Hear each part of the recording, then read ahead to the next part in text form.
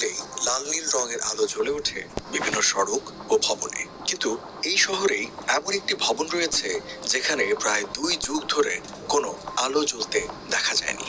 দিনরাত অন্ধকারে ঘিরে থাকা সেই ভবনে কোনো মানুষ ঢুকলে জীবিত ফিরে আসতে পারেন না। বিগত কয়েক বছরে সেই ভবন থেকে বহু মানুষের মরদেহ উদ্ধার করেছে পুলিশ। আমরা যেই ভবনটির কথা বলছি সেই ভবনের ভেতর দিনে দুপুরেও কোনো মানুষ ঢুকতে সাহস পান না। নিরাপত্তার কারণে নিজেদের ছোট বাচ্চাদেরও সেই ভবনের আশেপাশে খেলতে যেতে দেন না অভিভাবকরা। শুনতে অবাক লাগলেও সত্যি, এটি ঢাকা উত্তর সিটি কর্পোরেশনের একটি পরিত্যক্ত মার্কেট। মিরপুর পল্লবীর 11 নম্বর সেকশনের প্যারিস রোডে অবস্থিত এই মার্কেটটি পরিত্যক্ত অবস্থায় পড়ে আছে প্রায় 1.5 যুগ।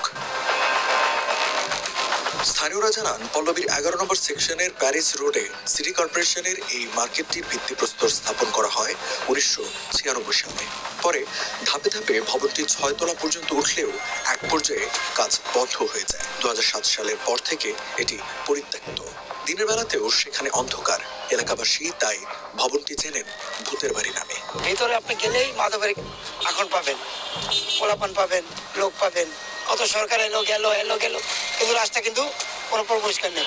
এটা আপনি ফালানো, এটা হলো ভূতঘর, মানুষ খায়। ভিতরে গেলে মানুষ আর আসে না, মানুষ মেরে ফেলে না, ভিতরে গেলে তো মানুষ মেরে ফেলে। এখন তো ভূতই তো, আপনি যান ভিতরে যেয়ে দেখুন, তখন বুঝতে পারেন তো ভূতঘরই তো।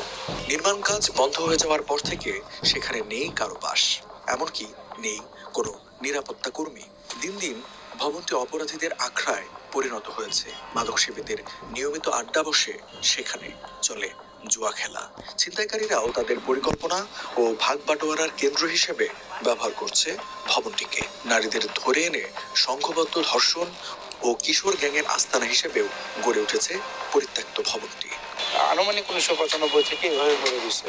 মাঝখানে আপনার 10-15 বছর আগে এটা কাজ ধরা ছিল, তারপর কিছুদিন 22 মাস কাজ করার পরে আবার অফ করছে। এই পর্যন্ত হয়েছে, আর কোনো কাজ হয় নাই, এ পর্যন্ত রয়ে গেছে। আদৌ হবে কিনা সন্দেহ। এটা তো এলাকার মানুষের জন্য ঝুঁকিপূর্ণ ভবন অবশ্যই আছে। তারপর আপনার এখানে মনে করেন যে অনেক সময় এটা কোনো সিকিউরিটি নাই। এখানে যে ময়লাগুলো ফেলানোর কথা, ওইখানে ময়লা ফেলানো হয়, এখানে কোনো সিকিউরিটি নেই এলাকার। অনেক অহরহ পুলিশটাই তো এসে নিয়ে গেছে, অনেক অহরহ লাশ পাওয়া গেছে। বর্তমানে ভবনটি কিলিং জোন হিসেবে পরিচিত। গেল 1.5 যুগে ভবনের ভেতর থেকে 15টির বেশি মরদেহ উদ্ধার করা হয়েছে বলে জানিয়েছেন স্থানীয়রা।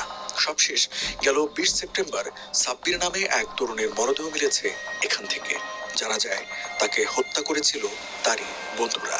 মিরপুর পল্লবী এলাকার সিটি কর্পোরেশনের এই ভবনটি প্রায় 2 যুগেরও বেশি সময় ধরে পরিত্যক্ত অবস্থায় পড়ে রয়েছে। স্থানীয়রা বলছেন, অপরাধীদের অভয় আশ্রম হিসেবে এই ভবনটি ব্যবহৃত হচ্ছে বছরের পর বছর। ঢাকা উত্তর সিটি কর্পোরেশন সূত্রে জানা গেছে, মিরপুর 11 নম্বর নিউ সোসাইটি ব্যবসায়ীদের পুনর্বাসনের জন্য 6 বিঘা জমির ওপর মার্কেটটি নির্মাণের উদ্যোগ নেয় অবিভক্ত সিটি কর্পোরেশন। দোকান বরাদ্দের জন্য ব্যবসায়ীরা 2 কিস্তিতে ব্যাংকে টাকাও জমা দেন। তবে দীর্ঘদিনেও মার্কেটটি চালু হয়নি। এতে ব্যবসায়ীরা যেমন ক্ষতির মুখে পড়েছেন, তেমনি ঘটছে নানা ধরনের অপরাধমূলক কর্মকাণ্ড। বড় বড় নেতারা এটা চালু করে না, কাজটা হেরা করতে দেয়, আমরা তো করতে দিই না। আওয়ামী লীগ তো গেলে 15 বছর, বিএনপি গেলে গিয়ে এর আগে 10 বছর, 15 বছর মতো হইলে গিয়ে মার্কেটটা হালাই নষ্ট হয়ে গেছে। পাঁচটা লাশ, 5টা, একটা করে 5টা হয়েছে। অনুসন্ধানে দেখা যায়, বিশাল আয়তনের মার্কেটটির নিচতলায় শুনশান নীরবতা। চারিদিকে ভুতুড়ে পরিবেশ, বাতাসে ভেসে আসে গাঁজার গন্ধ। দ্বিতীয় তলায় মাদকের কিছু সরঞ্জামাদি ছড়িয়ে ছিটিয়ে পড়ে থাকতে দেখা গেছে। ভবনের ছাদ ও ফ্লোর থাকলেও কোনো তলাতেই দেয়াল নির্মাণ করা হয়নি।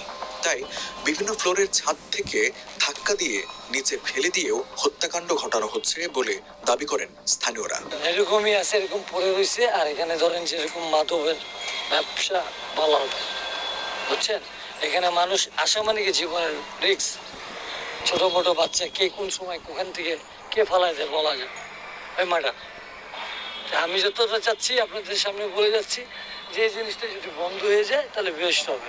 স্থানীয় বাসিন্দারা বলছেন, কয়েক বছর আগে ফায়ার সার্ভিস থেকে ভবনটিকে ঝুঁকিপূর্ণ ঘোষণা করা হয়। তবে